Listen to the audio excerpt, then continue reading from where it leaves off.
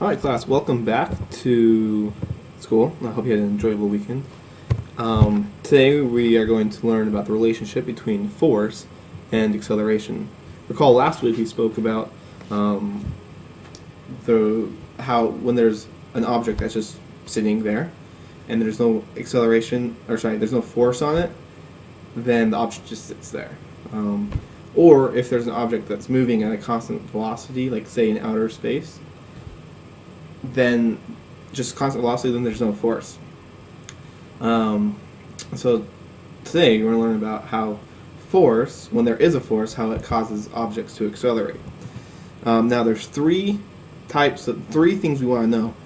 Well, I guess there's four according to this slide there. First, this is our equation that we'll use religiously. We have force here, and we have mass, or an object, and we have here an acceleration.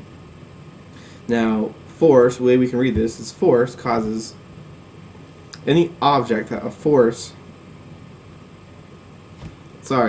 any object that has a force, there will be acceleration. Or another way we can say that is an object that is being accelerated. An object that's being accelerated has a force. Now, what are these three things that we need to know about? First is a force will cause, and we kind of mentioned it already, a force will cause an object to accelerate. Another thing we need to know is a force, this force is proportional to this acceleration. For instance, if the force goes up, then acceleration goes up. For instance, if I'm pushing a shopping cart and I push it, it's sitting there and I start pushing pretty hard, then it will speed up. But the acceleration is inversely proportional to the mass, which means if the shopping cart was empty, then it would be a lot easier to accelerate than when it's full. If it's full of groceries, it'll be hard to get going. So those are the three things that you need to know about force, mass, or the object, and acceleration. So I'm going to give you some examples now about these forces. So here's our shopping cart. It's just sitting there. It's obeying right now Newton's first law of motion. An object in rest will stay in rest unless acted upon. So let's act upon it. I was going to say me, but it doesn't really look like me. There's a person, really thin and fit person, or maybe never mind.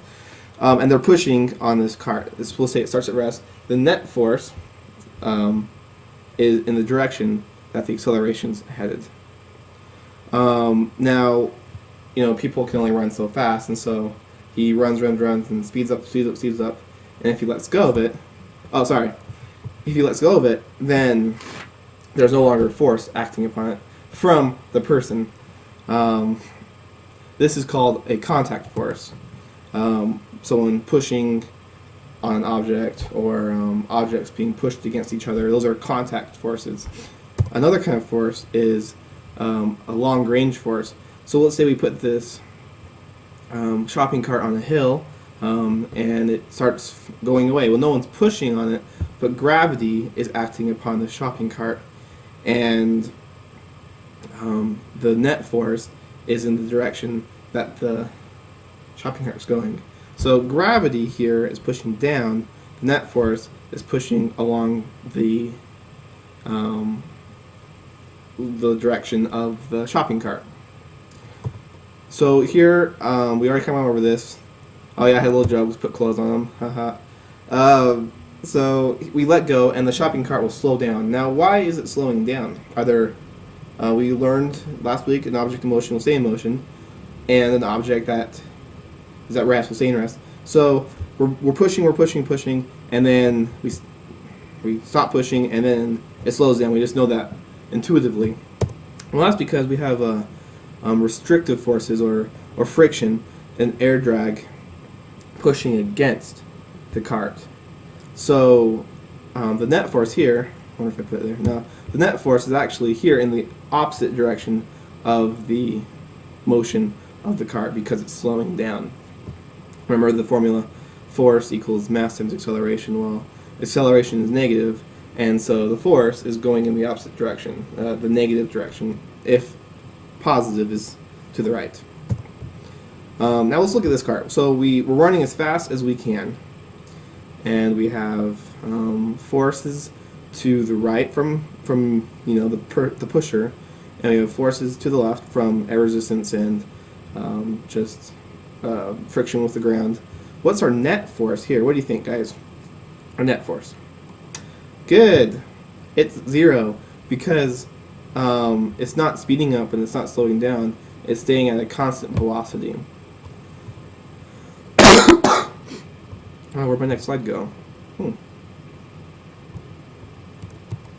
What's going on? I guess that was my last slide. Well, anyways, my time is up, but class, I hope you understand the relationship here between the net force and forces.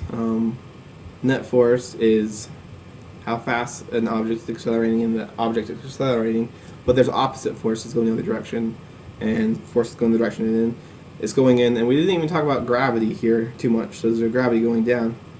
So, yeah, we'll continue this in a normal class right now, but it's over.